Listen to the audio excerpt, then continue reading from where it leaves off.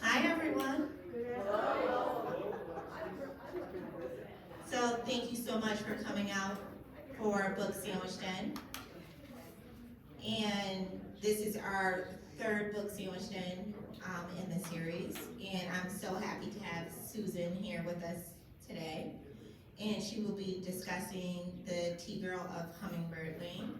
Susan is the owner of Good Life Tea, and she has brought samples of the tea from the book in the back. So if you haven't had a chance to try some of the tea, please feel free to go back and get some of that. And she's also brought cookies as well.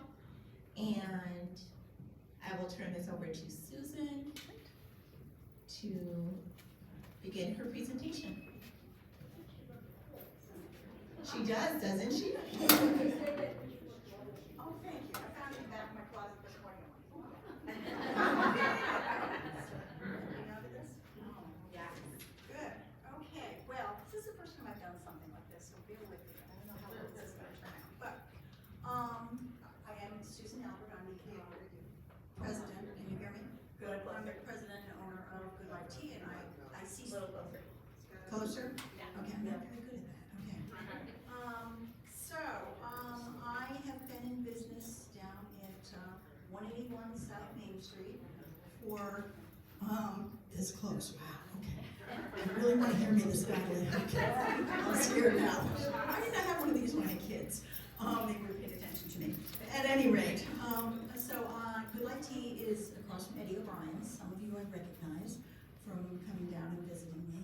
We had a wonderful weekend this past weekend with Fire and Ice. We had our biggest day ever, I think. 10 years ago, I walked into Good Life Tea, knowing nothing. Well, I love tea. Can't stand the evil coffee. I'm very caffeine sensitive. So to own a tea shop that has 132 different kinds of tea in it is a little daunting because I can't drink a portion of them. They make me stay up until 2 o'clock in the morning. At any rate, so I had a lot to learn when I met Rob O'Brien, the then owner of the place. Rob was half Japanese, and he had been drinking his tea his entire life. So I had a lot to learn, including something about pour, but I never really got into pour as much as I got into other Japanese and Chinese teas. At any rate, so the book we're going to be talking about is The Tea Girl of Hummingbird Lane. It was written by Lisa C., a really fascinating woman, young woman.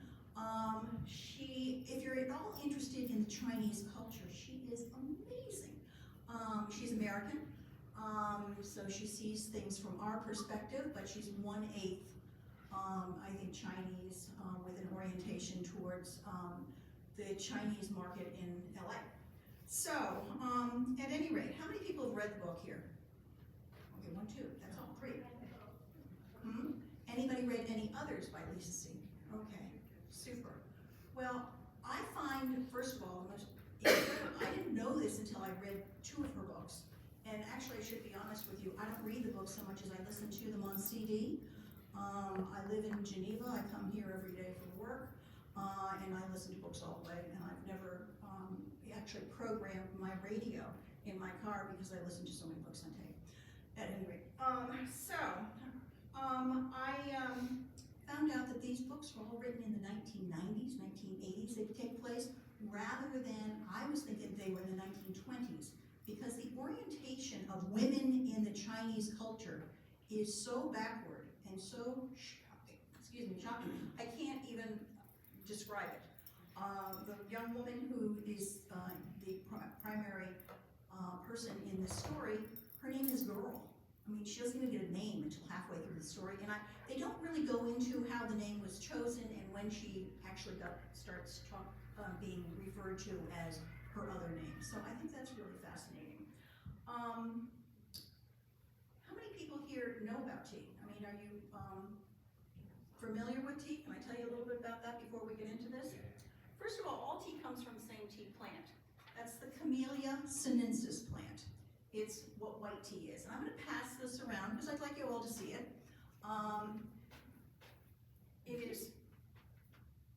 fuzzy, it has a slight odor, yeah.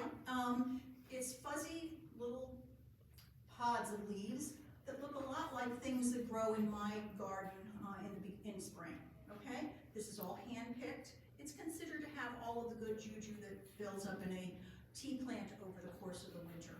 So from that, if you take these leaves and you wilt them, you get black tea, okay? Simple as that. Oxidation happens, actually you can probably look out the window and see some leaves that are black right now. That's from oxidation, and that's what black tea is all about. If you take these leaves and you steam them, you get green tea, okay? Yes? I prefer questions at the end, or I should. Please. So, is it correct that black tea's been fermented? There, now we're gonna get into pour. No, it's just plain, most of it is just plain wilted, oxidized, okay? But the pour that we're gonna talk about is the fermented stuff, okay?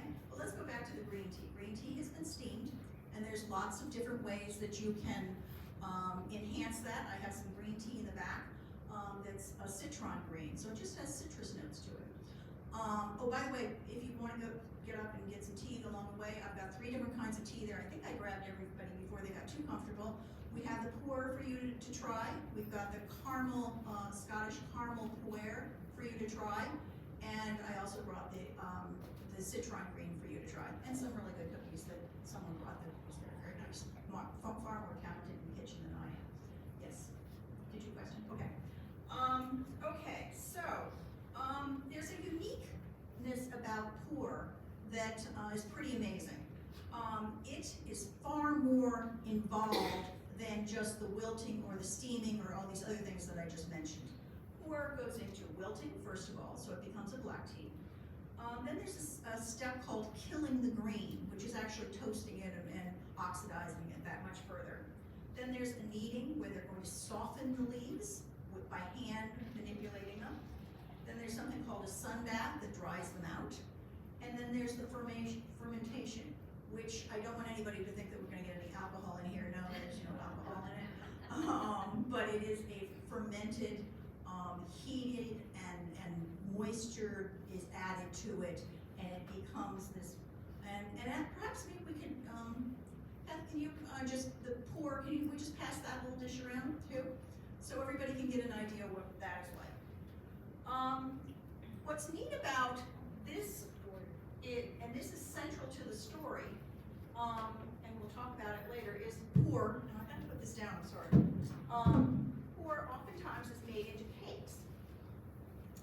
This goes back decades, where it's made into, looks like single layer round cakes, okay? And you can certainly come up here afterwards and see this. Good, thanks. It's wrapped in a tissue, and you'll see my tissue on mine, looking something like this, okay? And this is central to the story as well. They're dried in something that looks like this, and I'm sorry I don't have better visuals, but they're racks that they're dried in. And actually they are used for currency, because they're exchanged for goods and services. So that's some of the pictures of that. Oops.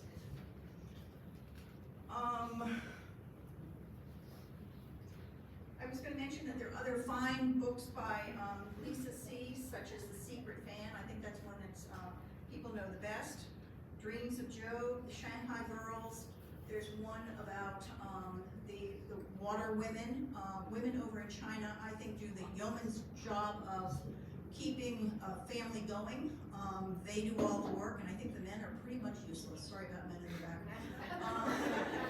So the water women go down deep into the water, develop their lung capacity over decades, you know this, and go down and get sea urchins and abalone and all those wonderful things. Meanwhile, their husbands are sitting on the shore doing very, very little, other than maybe, swinging a baby on occasion, but I get the impression they do very little.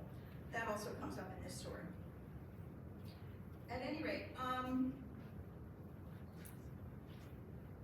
the Tea Girl of Hummingbird Lane caught my attention because, of course, I'm in the tea industry. And I wanted to know more about pu'er.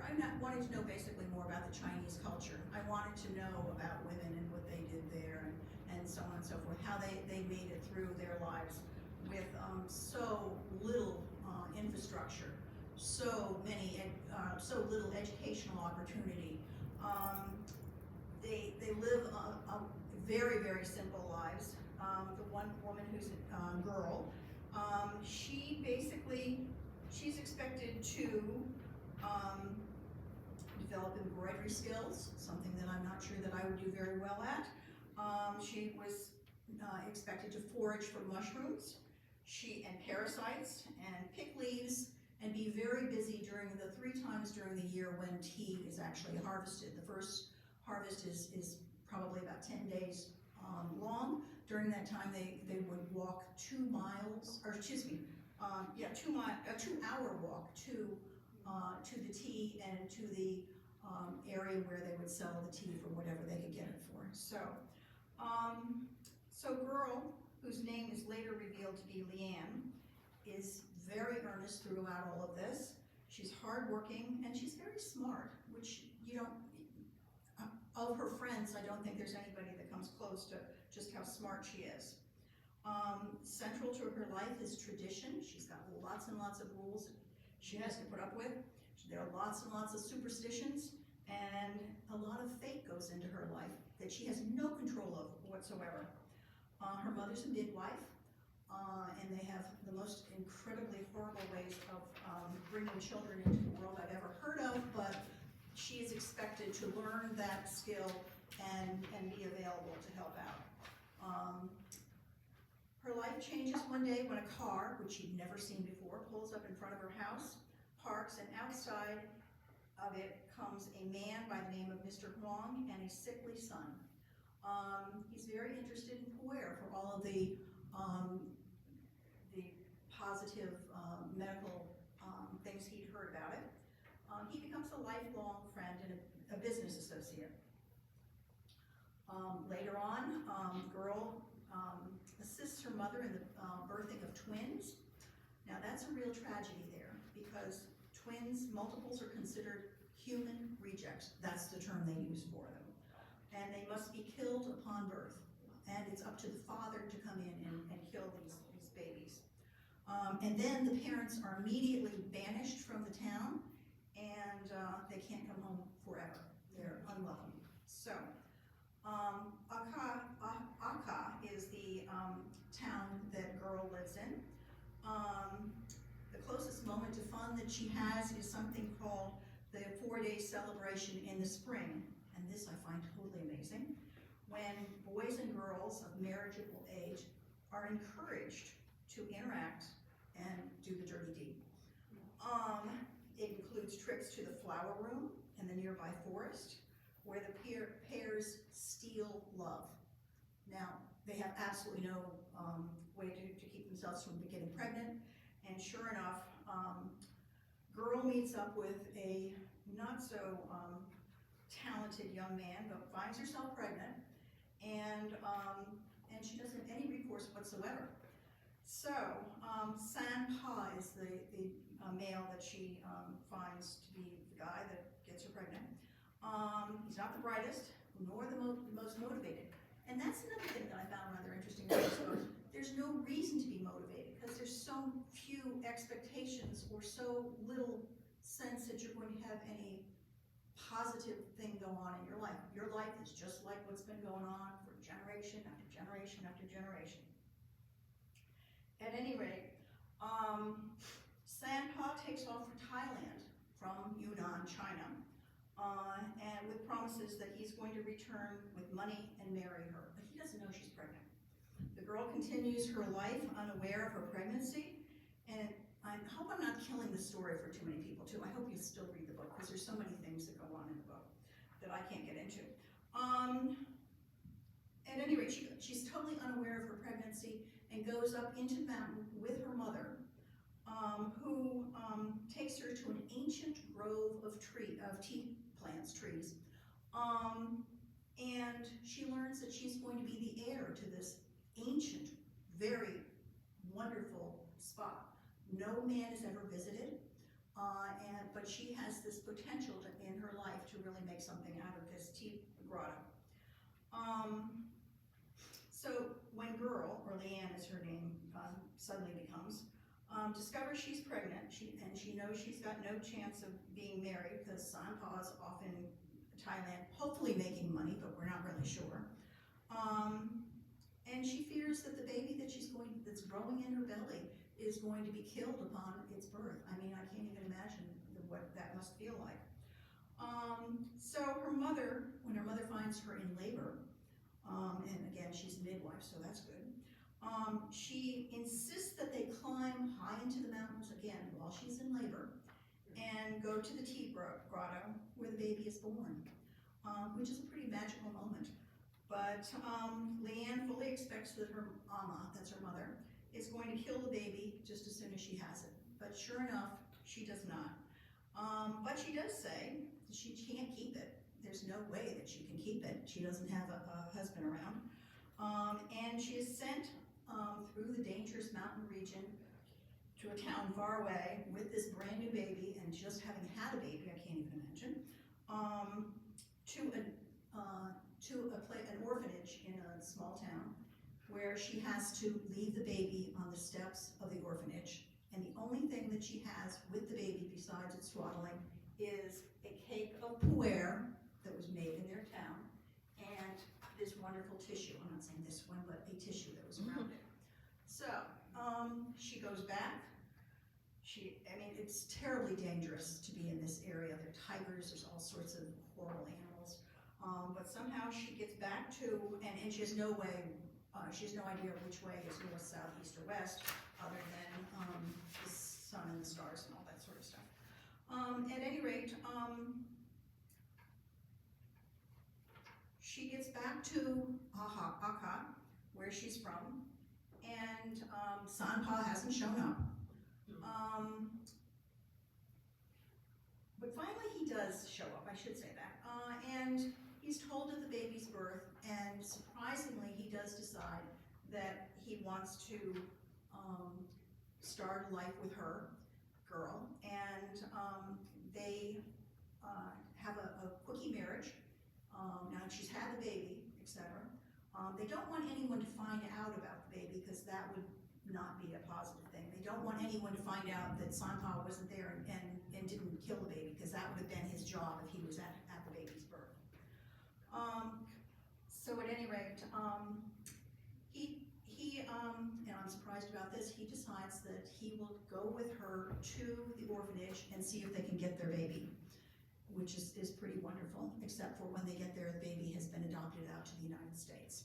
So, now, mind you, this book is called The Tea Girl of Hummingbird Lane, and the whole time I'm reading it going, where's Hummingbird Lane? How does this all come together? But sure enough, after Leanne, girl, finds her way back to Yunnan and meets up with her husband. Oh, by the way, he's very frustrated because she was really the smartest girl in the town, and he thought that by marrying her, he was really getting a nice meal ticket, and because she was supposed to go on to further education, and she really had the potential of supporting them quite well, and he wasn't going to have to do anything. Again, my feelings towards these Chinese men is not good. At any rate, they decide to go to the orphanage after they have the quickie marriage, and they're going to eventually go back to Thailand, which he just left and didn't make any money while he was there at all. Oh, meanwhile, he also has developed a liking for opium and heroin, so that doesn't help the whole equation, but she doesn't really pay attention to that, and she thinks that he's going to support them. At any rate, after they find out that their baby is not there, which is very, very sad, Sanpa demands that his wife make money. She would pose for pictures with her wedding hat that they make upon their marriages, etc., etc. And he takes the money immediately upon her bringing it home and goes out and gets more heroin. So, finally she decides to leave him. And by leaving him, she knows that if he should ever meet up with her again, he has the right to sell her or to kill her, which is pretty hard to believe too. But she runs through incredibly dangerous terrain for days, and just when you think she's getting to the point where she might be away from him, he shows up. But meanwhile, a tiger shows up as well, and he attacks Sanpa, and poor Sanpa gets ripped to shreds.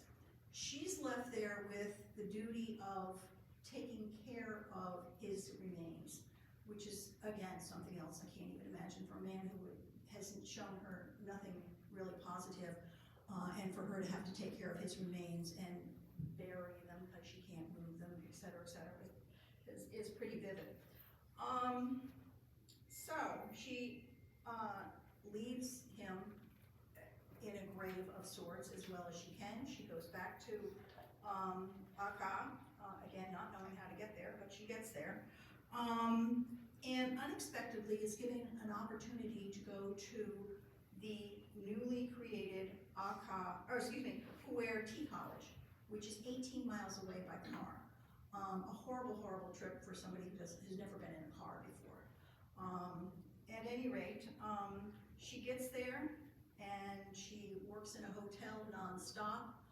Again, this is a woman who really, really should be given, worker of the year. She's just so committed to being successful. Finally, she opens something called the Midnight Tea Shop, and business takes off. It all has to do with Puer and just how wonderfully she's able to curate Puer and talk to people about Puer, and Puer experiences this wonderful resurgence of interest, and prices go up, her town gets better, there's so much positiveness going on, it's incredible. One day she meets a woman by the name of Mrs. Chang in a park, who was immediately impressed by this hard-working woman, and she eventually arranges for her to meet her son, Jen, who is 30 years old, a business person, who I think this is very interesting too. He would import recyclables from America. We love to get rid of our junk. And he's been very, very successful. At any rate, they go on they get married. They go on their honeymoon to LA, where he already has a home. He's more wealthy than she could ever imagine, and she is very much in love with him, etc. Meanwhile, she entrusts her business to her oldest friend back in China, who proceeds to sell substandard tea with her name on it, and the whole thing collapses. So fast, it's just incredible. The honeymooners return to Akka. They could have stayed in the United States and never met up with one another, but they decided to return and to make things as right as they can, etc. Her former friend really put her in a very bad situation with her town, and of course her town thinks that she's a bit of a turncoat because she didn't stay with them. She took her talents elsewhere. But meanwhile, her talents all reflected very well back on the town. It made them as successful as they were before this other tragedy happened. At any rate, I haven't talked about her baby. Her baby, as I say, was adopted into the United States. She doesn't look like her classmates. She has and I think this is something I never really thought about. Adoptees really do have a tough time of it. When you don't look like the person that's sitting next to you, you've got some difficulties. But Haley is the little girl's name, and she has always had an interest in tea, just because. And she ends up going to school, learning about Puer, and this all gets very short at the end. And I hate that I'm ruining the story for so many people, but again, I hope you're going to read it. She goes to school. She decides that she's going to do advanced studies on Puer, strangely enough, but nice coincidence. She meets a man who, he says that he's gone over there many, many times, and he'd like to take her over there and introduce her to the area. She still has her tea cake. Nobody's been able to really translate the marks on it. I don't know, I hope you'll look at this a little bit more carefully, but there is a little portion of a sketch on there of a mountain. Thinks she's found the mountain that's pictured on her pour cake.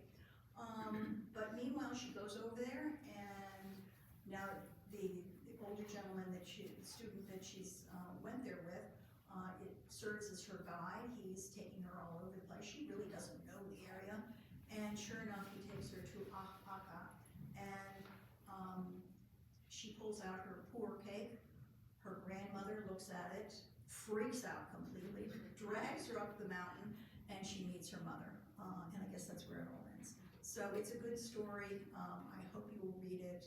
I really, really highly recommend all the other ones too. I haven't even begun to, she's got about half a dozen of them that are just really well-researched, wonderful, wonderful stories. Anybody have any questions? When did it take place? In the 1990s. Yeah, not so very long ago. This one goes all the way to about 2015, 2017. So, but that's where, yeah, it really is incredible.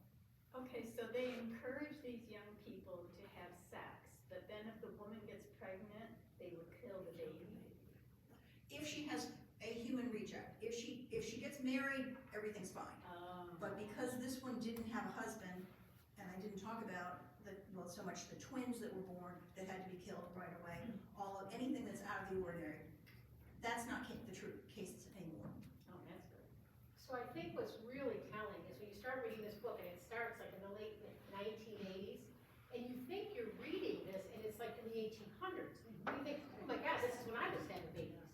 And then it talks about some of their medical practices, which are, in our minds, barbaric, but this is a really remote section of China that China doesn't even know they're there. So they're not held to the one child per family or anything, because China, they've been so isolated that nothing has changed in hundreds of years. So when if someone was born with some other difficulty, that would be considered a human reject, and they were trying to do things so that they would keep their race from deteriorating. And it sounds terrible, but Yeah. But they had like medical reasons that they were doing this, and it's honestly like looking back and you think, I'm reading about like the 16 or 1700s. I'm not reading about 1990s. It's just, and her mother was trained, like not even just a midwife, but she was like the medicine woman. And so it's I just can't even tell you, it's a really, really wonderful book. Like it will stick with you because it has all the story of like a fictionalized history, but it's set now. And then it talks about like adopting, Americans going over to China and adopting. And I've asked friends of mine who've done that. And everything in the book, just like Susan said, it's great research because they're like, oh, that's right. That's happened. That's what we had to do. You had to carry $100 bills to pass out to different people. And then the only other thing I really thought too, when we were talking about how it's hard to be a Chinese, like to be an adopted person, and like your parents look American, but you look different than everybody else. She looked even different than the Chinese because she's from this mountain region. And so she did, like, even though when she was in this club of adopted Chinese people, she didn't look like them because she's from this far remote area. It's really an exceptional read. Yeah, absolutely. I don't have a question so much as a comment that, so if this was going on in the 1990s, my perception of China is that, you always hear about how, their math scores are so much higher, but this is just this one little region. This is like this remote area, and there's other like areas that are remote, but like they didn't have learning like you're thinking about. Right. It's like they did have like one-room schoolhouses, and she was one of the brightest in this class. And so like, I don't know how much we really know about China, but they're saying only the very brightest would ever get to go on to secondary school, and nobody from this region had ever even qualified to go on to this next one, which would be like high school for us. Right. So I guess I do have a question, so that, this book was really well researched as far as the culture is really an accurate Yes. reflection of what happens Mhm. in China. Yeah, and Lisa C has won awards about it. As I say, she's American, so she comes from our perspective, I guess. But at the same time,